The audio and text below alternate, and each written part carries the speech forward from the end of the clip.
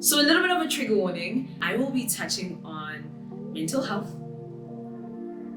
and the dangerous effects of mental health throughout this video, maybe. So if that's something that you are not comfortable with, I suggest you don't continue to watch this. But I love you. Baxbara. So when it comes to university and choosing a degree, I think over the 4 years that I've been in university, I've come to realize that there really isn't a thing as a difficult or an easy degree. I think depending on who you are and your background, the amount of mental pressure that accompanies particular degrees can be detrimental or propel you and motivate you to do better. And so even during my time at Tux when I was studying engineering, one thing that I've seen, especially when I was speaking to students who after the second semester maybe lost their bursaries and stuff like that, their biggest concern was always, I want to end it all because how do I face my mom who spent her last coins sending me to university in hopes that I would come home with a doctor, degree or an engineering degree and be the person who breaks the cycle of poverty within our family. And so for a lot of people, it was more than just getting a degree when they were studying and things are not going in your head. It's not because of the pressure of, oh, I'm dumb or I can't understand this concept, because the mere fact that you were able to be accepted into a particular degree means that you are able and equal to accomplish absolutely anything they throw your way. But the challenge comes with balancing the new life that you are now living away from home, outside of home, and then also balancing the pressure of knowing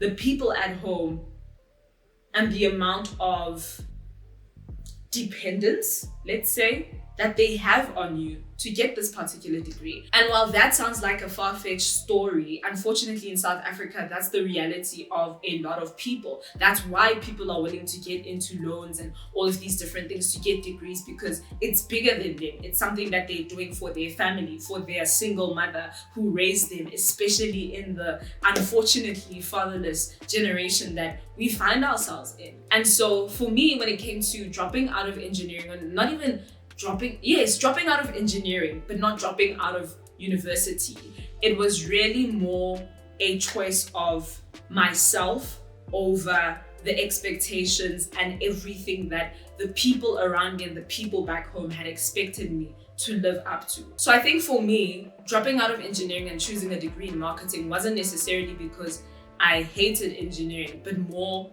on the fact that the pressure that I had attached to getting that engineering degree got to a point where I was now risking my life by continuing to study engineering. And I know I'm laughing about it and it's like a joke, but it's not a joke because it's super serious.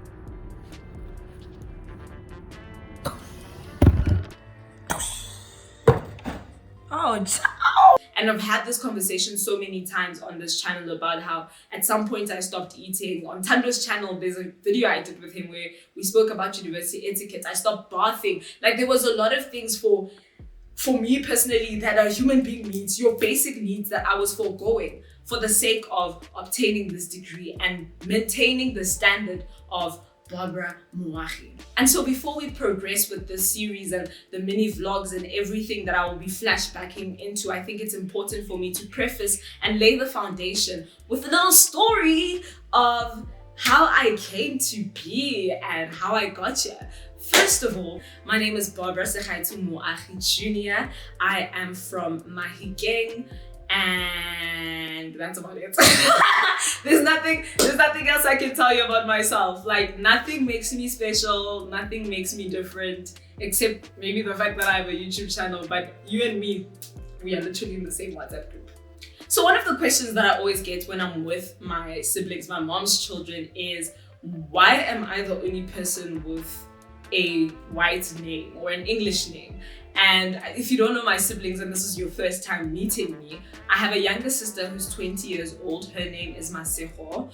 I have a younger brother who's 16 and his name is Neo Mutusi Utsile Moagi. And then I've got a niece who stays with us as well, and her name is Omolemo Moagi. And so every single person in the house, except well, my mom and my dad, they've got English names, but people always ask like, okay, Barbara, Masigo, Neo, what is going on? A long story short is that my dad was gambling, and that's how I got named Barbara. So basically what happened is in 99/98, my grandmother passed away, who is my father's mom, right? And so him and his siblings had this kind of like bet amongst themselves that whoever would give birth to a girl child first would get all of her names slapped onto their birth certificate. It's such a silly bet, hey? Such a silly story of how I was named. But that's what happened. And I came first. I came before all my younger female cousins. And so I won the privilege and the rights to the name Barbara Sekhaeto Moagi, hence the dash Junior at the end of my name. So Junior is not my name. Don't call me Junior when you see me on the streets. And boys used to do this so much in school. My name is not Junior. I am the Junior, okay? I am the younger version of the older one. And yeah, that's how I was named. I was born in Fruit and Veg in Mahikeng, Gaufile Mega City. That's the story my parents told me. I don't know if I was born inside Fruit and Veg City, your fresher food store, or if I was born outside. I don't know what the circumstances around my birth were. I just know my siblings were all born in a hospital. Me, I was born in Fruit and Veg. And to me, it just makes sense why I love vegetables, because yes, no wonder. Like, no wonder, because I was born amongst the tomatoes, the potatoes, the bananas. That's why I get fruits. That's why. Growing up, my dad was a radio DJ. Your mom probably knows him. You will know him. Your mother will. Like, your mama will. So his stage name is Big Boy Moagi, and he was on Radio Bob. Radio Bob or Radio Bob, I don't know, something like that, which was basically short for Radio Buputatswana. It was like the YFM of the day, like only the hottest, coolest radio DJs were on that thing. Bob Mabena, I don't know who else except Bob Mabena, because that's the only name I recognized. And then he moved on to Motsweding FM, leveled up to Radio 702, but he was also what do you call it? Voiceover artist. Really cool thing is, growing up, once we moved to Joburg, I say Joburg, you know what, Nan? Like, it doesn't matter where in Gauteng you live in Joburg. So whenever you're in the village, it's always like, oh yeah, Joburg. Oh, okay, Johannesburg. So when I say when we moved to, but we did move in Joburg. We did move to Joburg. We lived in Midrand. This is an unnecessary background story, okay? Just know that around that time we came this side. But once we did move this side, he started getting into voiceover artistry. But I think for me, it was always such an exciting experience to go with my dad to these like voiceover recording sessions, because we'd sit there. So I'd go with my little sister. We'd sit there and they'd give us like snacks and jelly beans. There were all these kind of cool stuff, and we'd like be nibbling while my dad is in the booth, and they give him the script and he's just going off, like doing his thing, like Sasko, you know what I mean? I was really cool, and I remember always begging my dad like, Papa, I want to get into this thing. And he was always like, nah, you need to focus on school. Who's going to drive down now to fetch you and then take you out of school? You want to do netball practice, you're doing public speaking, you're doing all of these different things. How is that going to get into the mix? And so I'll always say, like, my dad is the reason why it's my father's fault that I'm not where I need to be, what I think. But anyway, we're not going to fight today. That's not what this episode is about. So on my dad's side of the family, politics and entertainment is something that isn't necessarily new, because his great uncle Neo Moagi, he was Neo Moagi, and he was also a radio DJ broadcaster, and his aunt as well, Tuli Moagi, is also in the radio and broadcasting industry. His older brother, politician. So everyone that side is just like kind of doing politics and entertainment. Whereas on my mom's side of things, they are very education driven, you know, like everyone has degrees. Literally, when you get into my grandmother's house, there's like a whole shrine of people with degrees on the table. If you don't have a degree, you don't get a picture on the shrine. So for me, I need to do this digital marketing degree so I can have a picture on that shrine of degrees in my grandmother's house. So most of them are like very educated, like hardworking, very driven people. I mean, they're hardworking too, very driven people too. I mean, creatives are also hardworking, you know what I mean? But it's just on an academic spectrum, they are very like, we take academics very seriously. And then you get me. And I think I'm like a perfect balance between my parents because I have the personality of my father and the party of my dad, but I'm like the work ethic and the brain of my mom. Not that my father's no.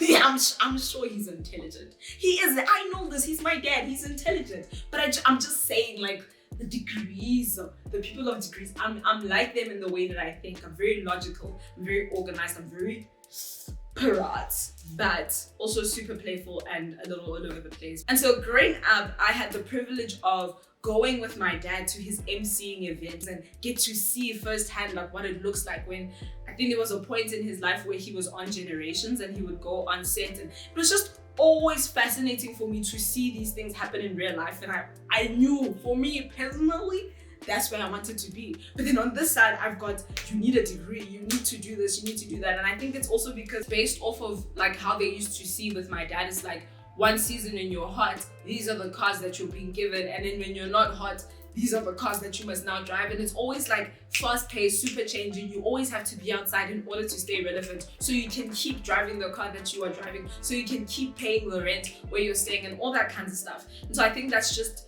kind of the life that my parents were trying to shield us all from. So as much as nobody's parents are perfect, I think that my parents are perfect for me. But growing up, I had the privilege of having my mom as a housewife, which I absolutely loved. There is no season in my life that I adored like the time when my mother was a housewife. So my mom's family being the very hard on education family, you can believe that as a child, that's what they were trying to get into us. They were making us read books, all that kinds of stuff. And so there were little things in my childhood that kind of forced and shaped the kind of person that I grew up to become. Where my dad, Mr. Politics Entertainment, also had a dream for me, and his dream for me was that I would be the first female Black president of South Africa.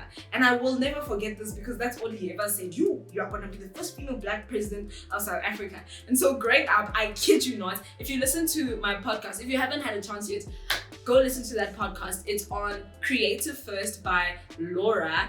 And I was telling her the story of how as a 2-year-old, like I remember there are pictures of me literally sitting on my aunt's lap and she's got a manifesto out. And my dad used to make me memorize all of the faces of the people who are in government. I don't know if it's called a manifesto, whatever it is, the brochure with the people in parliament. And I literally said, Thabo Mbeki. That was my duty, to know who is in parliament. He literally made me memorize them one by one. But obviously he's doing all of this because his dream for me is to one day occupy those spaces in government, which unfortunately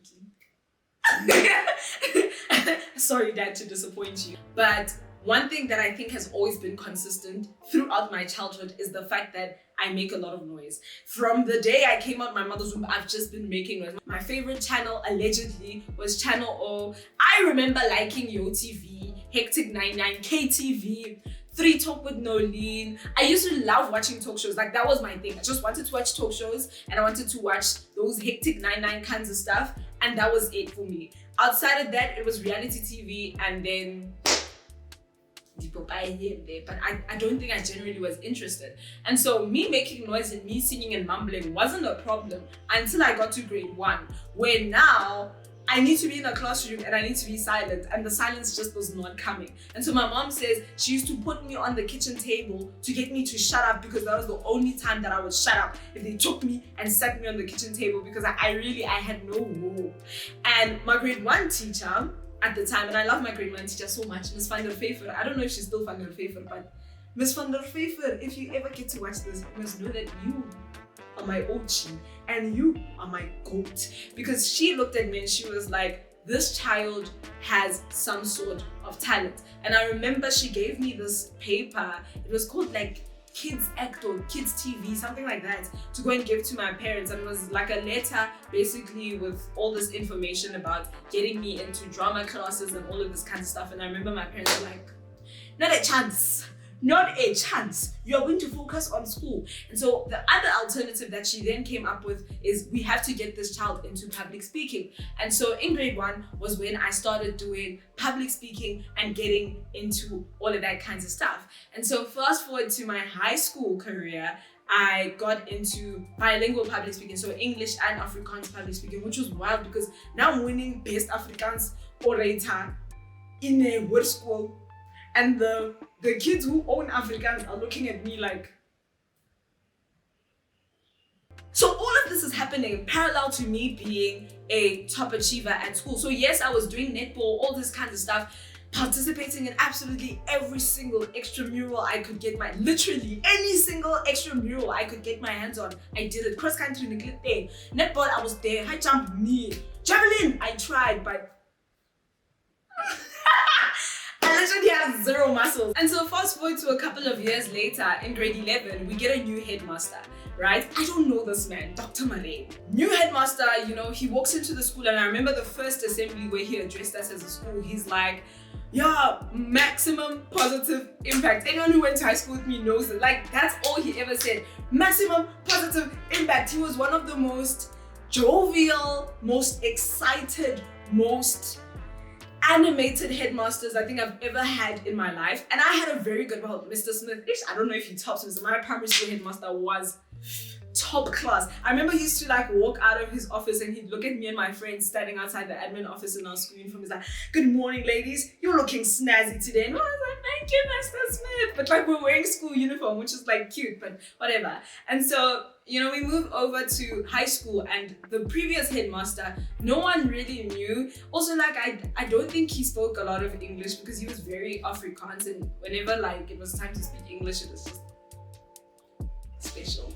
To say the least, it was very special. And so this new headmaster comes, and he's super English, he's Afrikaans, but he speaks English very well, and he's so animated, and he's walking around the school grounds trying to get to know the students individually, which was so wild. So the one day I'm in the library during break time.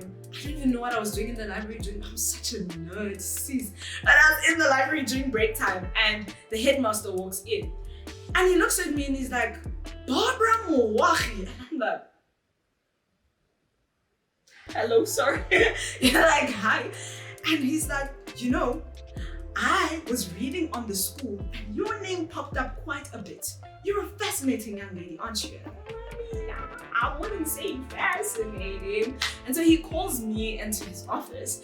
And when I get into his office, the boy who served with me as the hit boy later on in our matric year was already in the office. I'm like, hey, you're here too? He's like, yeah, dog. This nigga called me in, and I was like, what's this about? It just came. I was like, oh, okay, cool, let's hear. So we sit down and we're getting ready to hear what this man has dragged us in his office for. So he's when he was doing his research about the school, our names came up quite a bit. He can see we're very involved students, but he's also been watching us on the school grounds, which I found very weird. Why are you watching me? But anyway, he's been watching us on the school ground, and he's seen how much sway we have with the students.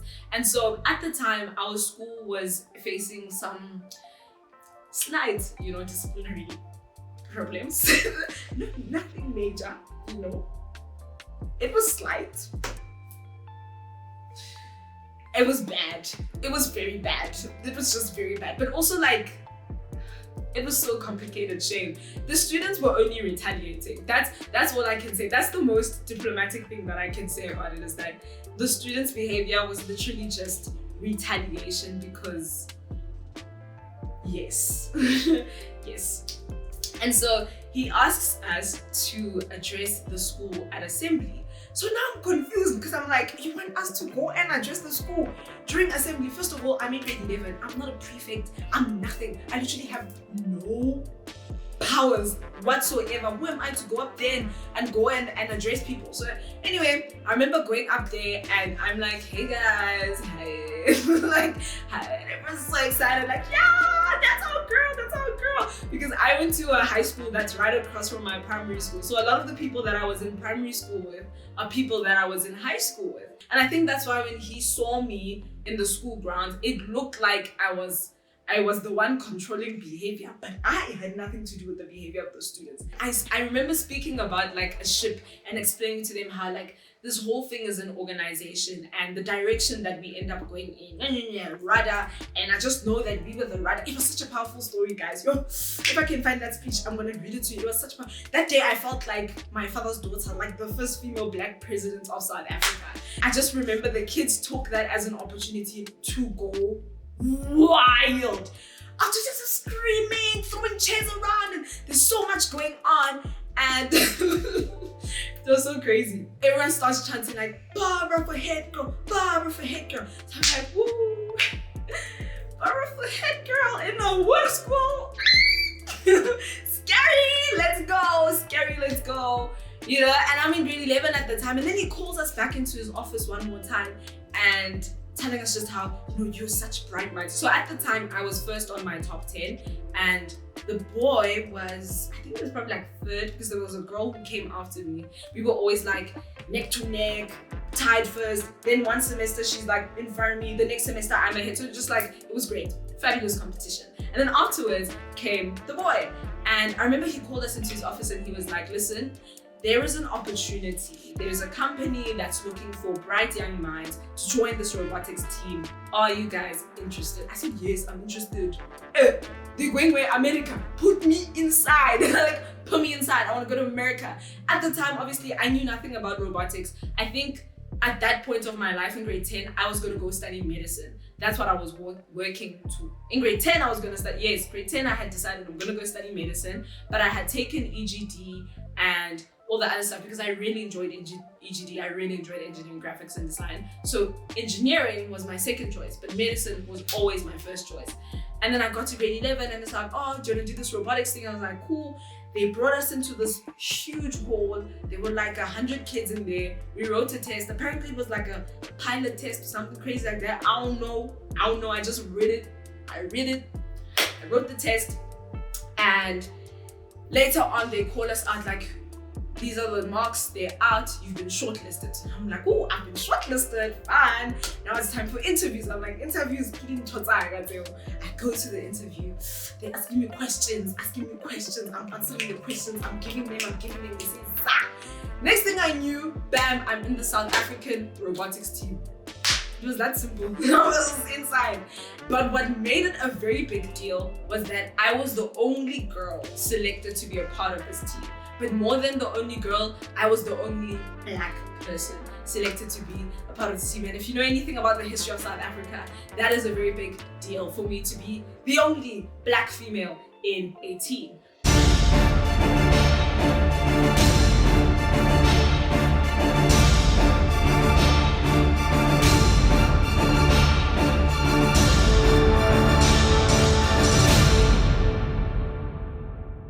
Being an engineer is like being a little superhero. We work as a team and we work very well together and we can collaborate. We support one another by inspiring each other. And when we put these minds together, it really is mighty.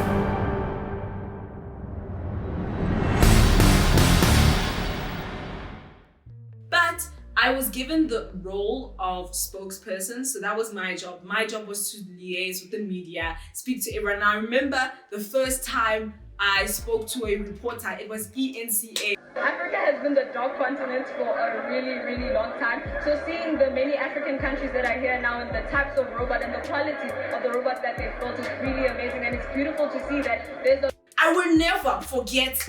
I was there and I was just like, it was wild. So it was ENCA, then we had Forbes, then we had SABC. Those are the only big ones that I can remember. Everyone else is just kind of like random reporters from random countries just wanting Team South Africa to come because anywhere you go in the world, they love South Africa. And so in being the spokesperson and liaising with all of these different media houses, I think my love for public speaking literally was never given a chance to die. It was never given a chance to fall away. And later that year, I was asked to MC the school's beauty pageant, which I did with Setsa William Lotsa, and love him. Anyway, so the year before I had competed in grade 10, but then the year after they called me back to come and MC the show. And so I'm doing MCing, I'm still doing public speaking in Engels and Afrikaans, and I still am the team spokesperson. Fast forward to 2018, exact same thing, team spokesperson, but this time around, we went independent. So the organization that had initially pulled us in to be a part of their team, we kind of like competed against that. I know it's so bad, but it had to be done.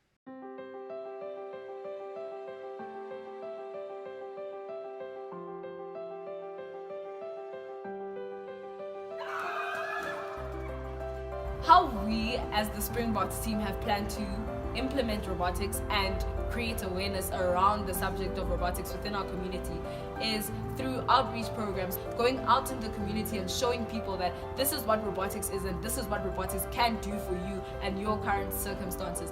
We implemented the first robotics team in our school. Introducing robotics into school programs teaches children that you need to work harder to get where you want to be, to understand that we can't do it on our own, we need to work together.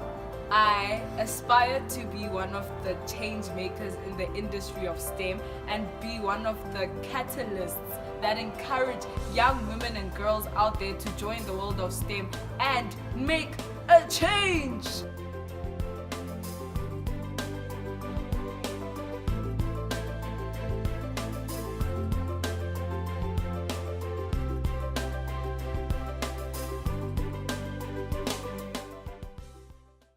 And so in me and the team captain now banding together to form this brand new team, the Springboks, we were very adamant about being more inclusive in our team, and we wanted to give equal opportunity to children from not only affluent neighborhoods to be a part of this team and to have the experience of going overseas. And because I ended up being, in my first year of doing robotics, I was the head programmer, and if you know anything about me, I absolutely love coding. It's my thing, but I was the head programmer and I had previously had no experience whatsoever in robotics, in programming, in robot building. And what that platform did for me was equip me with skills that I feel like are invaluable and I will keep for the rest of my life. But what about the child in the township next door that never gets that opportunity because they're in a township and their school will never, well, let me not say will never offer robotics, but at the time was not in a position to offer robotics because they barely even have a computer center. And so our goal as the Springboks was to go into those areas, outsource and get kids, because those kids are smart. And that's the thing, is even when you get to varsity, you realize that children that come from rural areas, that come from schools that were supposed to be, Bantu schools, and you know how the public schooling system works in our country, just a mess, right? But those kids are usually the kids that are at the top of every single class because the amount of work ethic and hard work that they have is completely unmatched. But again, this has to do with pressures, where you come from, where you're going, and the responsibility that lies on your shoulder as a child being given the opportunity, a black child being given the opportunity of education in South Africa. And so for me, getting an engineering degree was more than just, I want to be an engineer, but gave me a sense of purpose because now I could take everything that I was good at, everything that I was able to learn, and go back into, the communities that surround us that might not have had the exact same privileges. And I think the only reason why I was passionate about stuff like that is because, like I said, coming from Mahikeng, I was from Mahikeng, that's fine.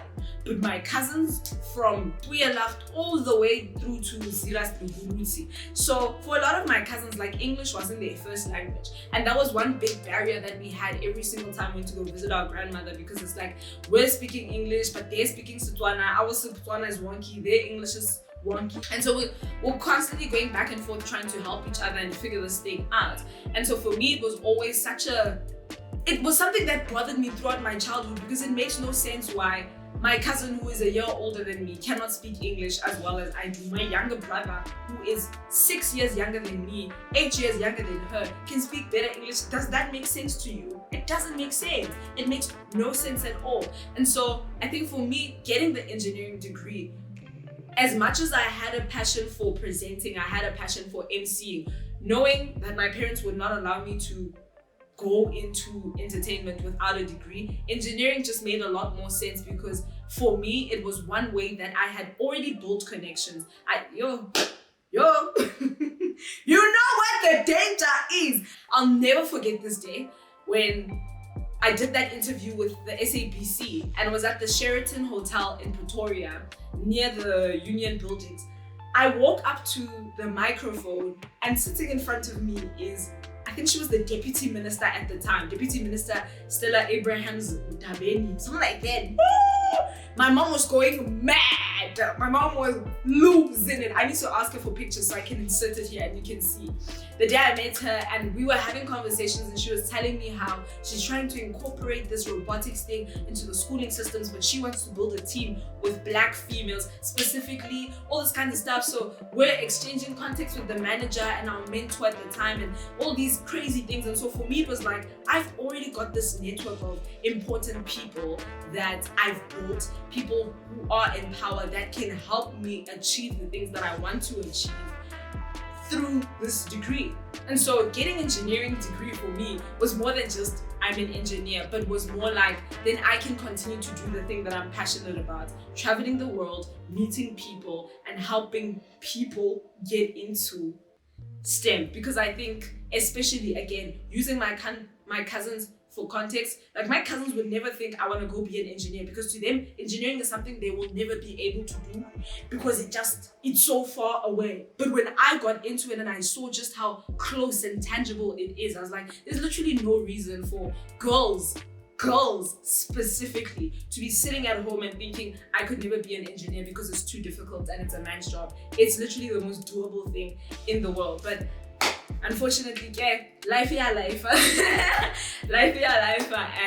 I had to choose a different avenue and a different, I guess, stream to accomplish what I've set out to do. I don't think that my life's purpose has changed, but what I do think is I definitely am on the right track.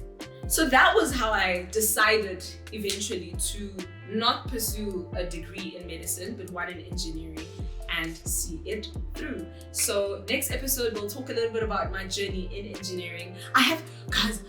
So obviously in preparation of this show, I was going through the archives trying to get out all of this stuff. Like, I have so many vlogs from when I was studying engineering. It's actually unbelievable because I didn't have a YouTube channel. My channel started in 2020, March of 2020. So to me, I'm like, I watch these videos and I'm literally so serious talking to the camera. I'm like, who are you talking to? You had no channel. You had very little intention of starting a channel. What was the meaning of this? But I think the meaning of all of these vlogs was for this moment right here. So you get to see me suffer in real time. You get to see me suffer in real time for that degree. So yeah, I guess next episode we'll talk through the different stages that I went through in engineering, the effects that it had on my mental health, and how I was able to deal with them, overcome them, and then make the decision finally to go and pursue a completely different career.